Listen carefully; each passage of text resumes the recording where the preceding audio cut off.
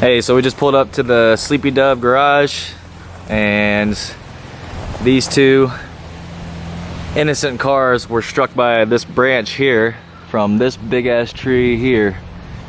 And you can actually see right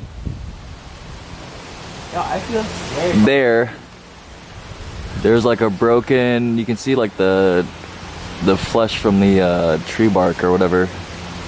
But that's about to fall like any minute. Basically this whole piece here. And yeah, it's gonna be the Sleepy Dove drift car here soon. Dude, we gotta work on this thing like ASAP. Nah, Mario said he was coming to get it. Nah, fuck that. Oh man, 300 bucks. No damage that we can see. It's got a whole fucking right here. Where? Oh damn, this bitch is huge back here. Nice, Oh. big ass tree. Yeah, oh shit. Yeah, look at the paint. Yeah, his paint's fucked. Never mind, there's damage. Are you filming? Yeah. Yeah, good. Yeah, there's tons of damage on the Corolla. Look over here too. You talking about this too? Damn. This one's really bad right here too. Yeah, I saw that one.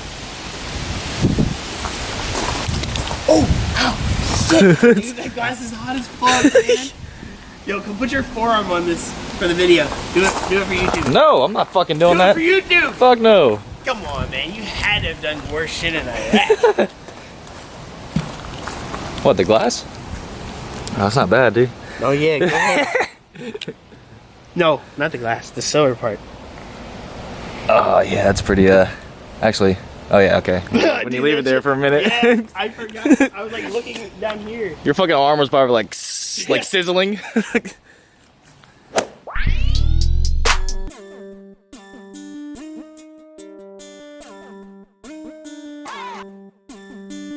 Yeah, I know that I'm the shit. Yeah, I know she was your bitch. Yeah, it's something about the wrist. Yeah, we driving fast as shit. Don't ever think about passing me. Always move with a sack on me. I always smell like gas on me.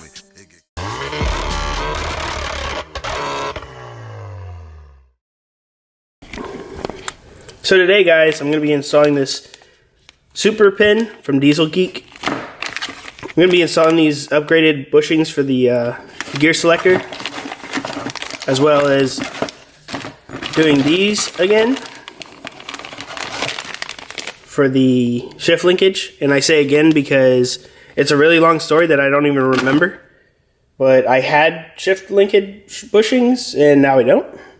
And then eventually I'm going to put this 034 dog boat upper mount in. But I need my engine back in for that. And also the in-bay wireless charger in the Golf R. This video is being shot simultaneously with the DIESELGEEK Super Pin install because all the same parts have to come apart in the car. I think it's an interesting way to film two videos, as I try to distract you from the fact that I can't get this friggin' rubber out of this thing. Anyways, this is the in-bay charger, and it goes in the I don't know what you call that, the little flip-up cubby, and your phone just chills in there while you're driving and charges, and you just pick it up whenever. So I'm excited for that, actually. So because I don't have a battery right now, I'm gonna pull my seats completely out so that I can reach all the stuff for the center console to get to the super pin. But as you can see, I already pulled the passenger seat. I just need to unplug it and move it out of the way. And then I'm going to do the driver's seat now. It's just four M10 triple squares. And then all the clips. And the seat comes out. So I'm going to do that and then I'll check back in. Alright, so now we got to pull the center console out. I've already started by removing the shift boot. Pulling out this rubber piece from the inside. And then the next step is to pull this piece off, I think. But I'm gonna need both hands for that, so I'll check back in. Alright, I got that faceplate off, and then I'm trying to follow some instructions here, but they're in German. And although I took German, I'm not doing a good job reading them. Alright, so I now have the cubby removed. And then we have to take off these side panels right here. That's going to be kind of an issue over here because I can't get my seat out. And then as far as the in bay goes, we'll pick back up on that because it just splices these wires, drops in, and that's it. So let me see about removing all these panels. Alright guys, so I didn't show any of this because it's hard, it's just hard. So if you want to see how I've got to this point, just go check out Bryce's channel. I'll link it in the description. And he does a very good, thorough walkthrough of how to disassemble all this, but I'm just trying to get this shit installed. So, I'm all the way to here now. I just need to take all the clips out. Alright, so a little update. I have the console out. I just need to walk around to that side of the car so I can pick it up over the top of the shifter. And then I'll get to work on the super pin. Alright, so after taking apart half the freaking car, the part we're going to be changing is going to be this yellow pin right here. And again, Bryce does a good job explaining it and showing the links to DIESELGEEK. But let me see if I can get a good view of this side. Yeah, there's the big yellow cap. So we're going to push that out and then I'll compare them. So we'll be able to see now the difference between this one and the other one. Oh, I forgot to say that I'm also going to be doing these. These go inside the shifter, I think. But see, here's the super pin. It's going to screw down, tighten down. You can see the super pin has a little bit more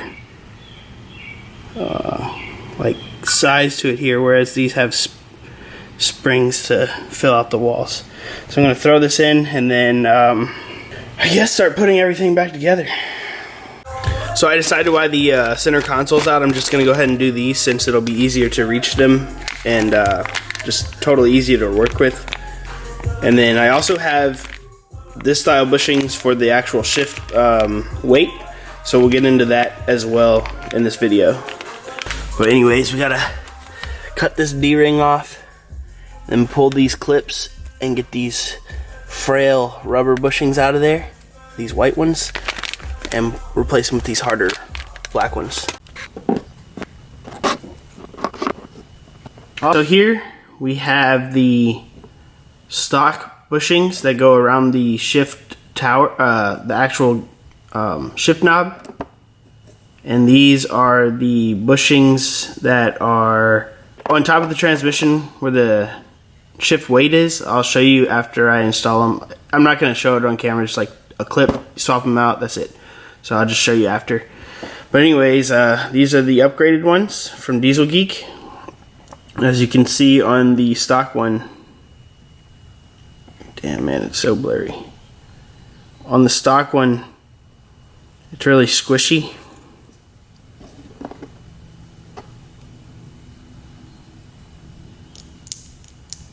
See, like that. And then the DIESELGEEK ones are much sturdier. Oh shit, I think I bent it. No, we're good.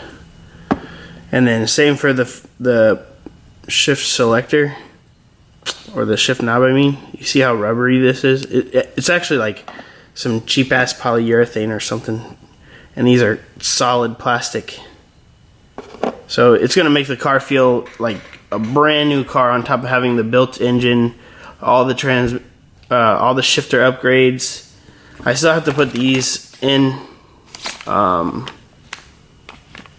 but I'll probably do that off camera as well because it's just easier to just do it real quick, knock it out, and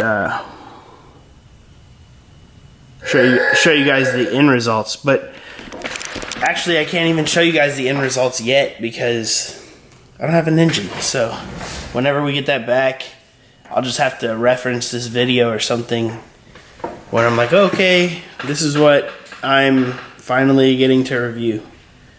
But yeah, I'll put those in, put all the shit back, and then check back in. All right.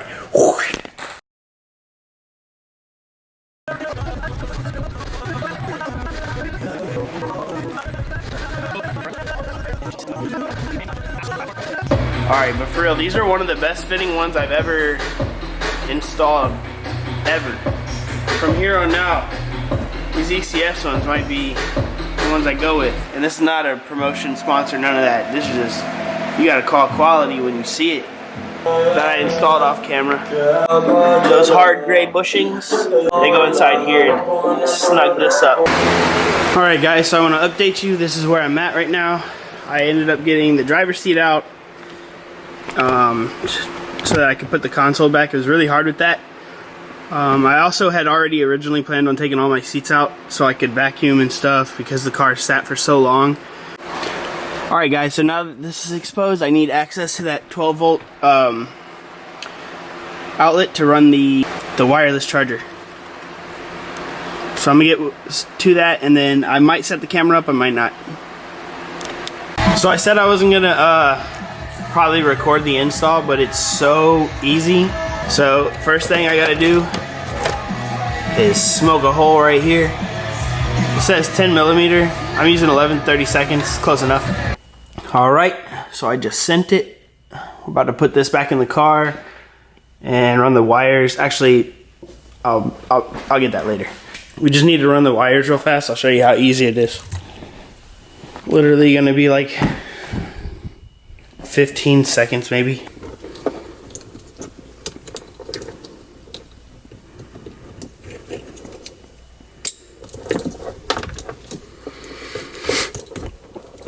And then this one will plug into this piece, the cigarette lighter. Then this one goes up to the front. So basically all I needed was a light to show me that there was a hole right here the whole time. Ha! A hole the whole time. And then, so now I'm just gonna run it up to here.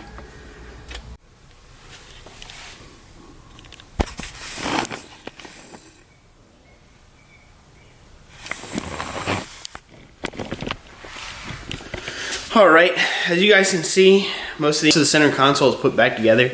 But yeah, I won't have a reaction really to the shifter stuff until I get my engine back. What else? I'm not going to put the shift boot back on because I have to home the shifter when the transmission and everything is back in. So that's just going to be easier with the shift boot off. It literally is one crimp ring, D-ring to get it to seat, and that's it. So I'll just wait on that. Oh, I had to stop on the interior because I was missing 2 screws. One was stripped and I lost one. It fell into the great abyss. But I actually had 2 identical screws at home.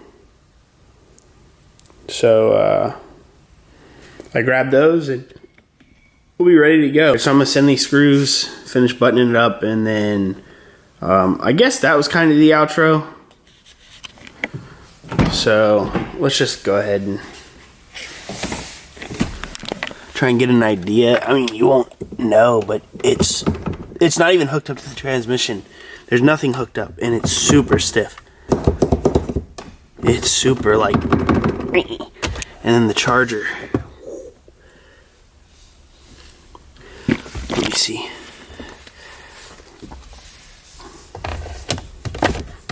It fits just like that. Boom. And that's an iPhone XS. But it does, the charger has a little stopper on it. So there's 2 screws. You can back them out a little bit and back the stopper all the way up. So I'm sure it'll fit a Max or a Plus or whatever they're called now. I think I am going to get the PM4 module that everybody keeps telling me to get. I sent the link to APTuning. They were like, yeah, you should probably get that. So I think I'm going to get that. That might end up being the next video, depending on time and temperature and all that. So, all right. Thanks, guys. See you next time.